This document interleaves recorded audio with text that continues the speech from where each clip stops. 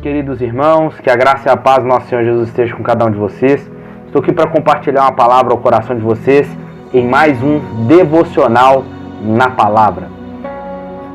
E eu quero compartilhar com vocês nos Salmos de número 125, Salmos que é o nosso texto áureo, né? Que diz assim: os que confiam no Senhor são como os montes de Sião, que não se abala, mas permanece para sempre. Como estão os montes à roda de Jerusalém, assim o Senhor estará em volta do seu povo, desde agora para todo sempre. O cetro dos ímpios não permanecerá sobre a terra, destinado aos justos, para que o justo não estenda a mão à iniquidade. Faz bem, ó Senhor, os bons e os retos de coração. Quanto aos que se desviam para os caminhos tortuosos, levá-los-á, Senhor, com os malfeitores, e que haja paz em Israel. Irmãos, o Salmo de número 125 nos ensina sobre confiança em meio às adversidades. Sabemos que do Salmo 120 até os Salmos de número 134 é chamado de Salmos de romagem, Salmos dos peregrinos, né? Que se arremete muito a nós, a nossa caminhada cristã, a nossa peregrinação nessa terra estrangeira, porque nós não somos daqui. Mas esse salmo é um salmo de encorajamento para animar o coração do crente. Quando este está passando por adversidade, em momentos difíceis, talvez pode ser alguém ou algum de vocês que está ouvindo nesse dia. Não sabemos quem compôs este salmo. Ele é um dos salmos preferidos. Quem não conhece, né? Quem nunca citou ele de cor e salteado? Falamos tranquilo ele. Mas sabemos o que nós temos que saber, que eles eram usados por peregrinos judeus quando iriam para Jerusalém, durante as festividades ordenadas na lei de Moisés. Como sabemos, todo judeu tinha que ver uma vez ao ano, em 3 ocasiões. Eles deveriam sair de onde estava e se dirigir a Jerusalém nas festas principais, ali para cultuar a Deus. Enquanto eles caminhavam nessa viagem, eles passavam por muitas situações adversas e lá eles cantavam a Deus. E esse é um cântico que faz parte desse saltério, chamado de os cânticos de romagem. E o objetivo desse salmo é trazer a instrução, o ensino, naquela época e de hoje, pois somos peregrinos, estamos prosseguindo caminhada para a nossa subida à Nova Jerusalém. A maioria dos salmos demonstram medo, tristeza, alegria, esperança, e não há nenhuma emoção humana que nos salmos não é contemplada. Então, você quer aprender mais um pouco, você quer saber sobre a sua peregrinação, leia os salmos. É por isso que os salmos tocam muito ao nosso coração. E este salmo já fala de como nós devemos nos posicionar, nos comportar em períodos de adversidade na nossa jornada. Podemos imaginar como este salmo foi escrito, entendermos o pano de fundo de acordo com a própria palavra, como está escrito.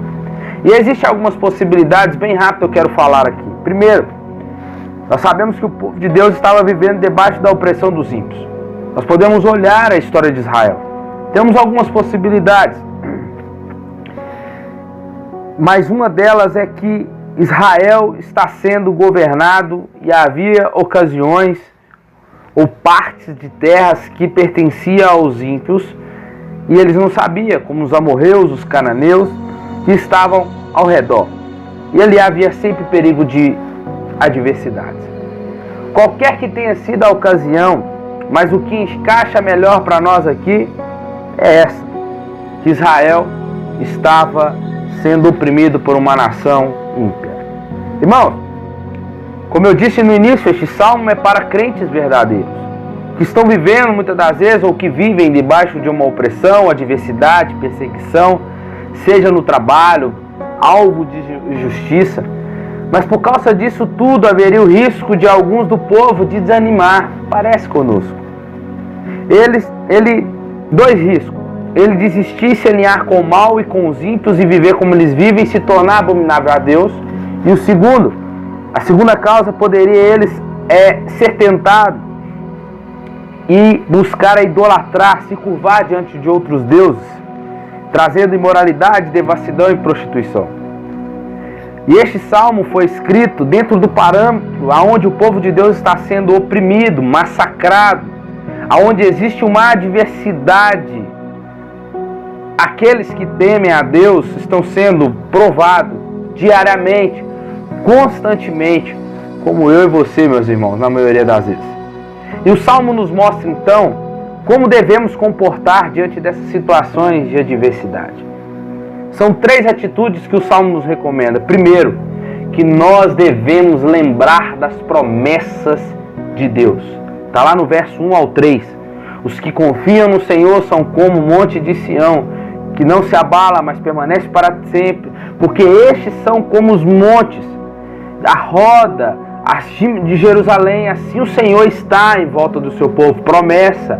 O cetro dos ímpios não permanecerá. Promessa.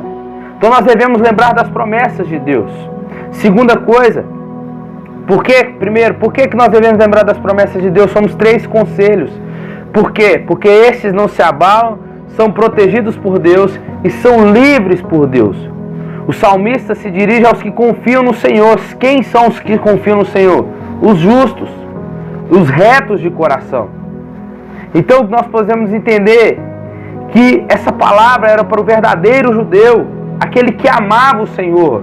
Trazendo para nós os dias de hoje, essa palavra é para quem é crente verdadeiro.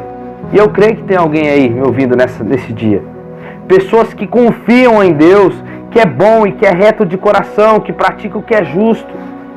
Então, irmãos, as atitudes que demonstram que confia em Deus, confia no Senhor, é reto de coração, pratica justiça. E é isso que nós precisamos fazer, e que ama o Senhor de todo o coração.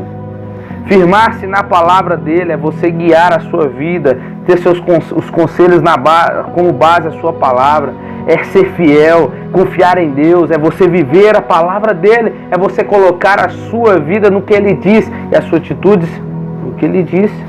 Segunda coisa que nós temos que saber é lembrar de orar a esse Deus de promessas. Olha o que ele nos ensina. Orar na adversidade, é na oração. É o verso 4. Faz bem, ó Senhor, aos retos de coração. Só pode orar assim quem é justo. Só pode orar assim quem é reto.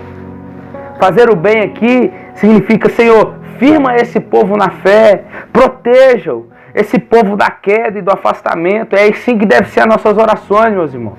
Senhor, firma os nossos pés. Proteja-nos. Proteja o seu povo, livra-nos da queda, do afastamento, das tentações. O bem aqui não é de prosperidade, o bem aqui é espiritual, é você ficar firme com Deus. Mesmo tudo dando errado, é você permanece fiel ao que Deus prometeu, ao que Deus colocou nas suas mãos. A nossa fé, meu irmão, é provada quando nos é tirado, ou melhor, quando nós somos retirados da zona de conforto. E Deus é mestre nisso, meu irmão. Por isso nós devemos orar dessa forma. É a terceira atitude que nós devemos ter. E a terceira atitude, essa foi a segunda, e a terceira atitude é vigiar contra as tentações. Contra os que desviam do mal. Verso 5. Para os caminhos tortuosos, leva-os o Senhor com os malfeitores. Quem são esses que desviam? São os membros do povo de Deus. Debaixo do cetro da impiedade desviam pelos caminhos tortuosos. Estes cedem diante da pressão, diante da adversidade, sabe? Trazendo os dias de hoje, na escola, no trabalho, na faculdade, com o público, para poder ganhar pessoas, para fazer parte de um grupinho. Deixa-se dominar, é enfraquecido e passa a ser o oposto ao monte de Sião. Não aceitam o sofrimento. Estes são os que não suportam, que querem então, abandonam e olham para o que o Senhor tem para esses. Para esses que se comportam dessa forma, serão levados para os malfeitores. Ele tirará do seu povo e entregará aos malfeitores. Irmãos, Deus irá tratar com isso. Ele tratará com isso. Uma advertência para nós que diante da tentação e adversidade é que nós não venhamos ser como eles, abandonar, mas que nós venhamos, mesmo que nós somos tentados a abandonar, nós não podemos desanimar, desistir e deixar esfriar a nossa fé. É como se fosse virar as costas para Deus e até praticar o mal no trabalho, mas nós resistimos. para que nós não venhamos contrariar a palavra, porque Deus trará o mesmo juízo para os que se afastarem, assim como Ele trará para o ímpio. E nesse dia, os que confiam no Senhor serão como os montes de Sião, e que haja paz no meio do povo de Deus. O que podemos aprender com essa palavra para finalizar aqui nesse dia, irmãos? É que na nossa jornada para a glória, nós passaremos por pressões, provações. A igreja já vive debaixo da adversidade desde quando ela nasceu. Então a adversidade faz parte da nossa jornada até o fim. Somos peregrinos neste mundo e vamos enfrentar a adversidade. A segunda coisa que nós podemos aprender aqui é que Deus nessa jornada, Ele vai nos firmar. Ele protege e livra-nos, nos guardando. E esses são aqueles que chamamos de perseverança dos santos. Esses que não vão cair da graça, não por mérito, mas porque Deus está o cercando. Esse Deus, esses que acredito que somos nós, Deus nos chamou, justificou por quem Cristo morreu. Esses jamais cairão da graça. E terceiro, a quem um dia Deus levará o ímpio, aqueles que oprimem o povo de Deus. Deus já tem um dia preparado para aqueles que viraram as costas para Ele. E como viver isso? Olhando para as Escrituras, meus irmãos.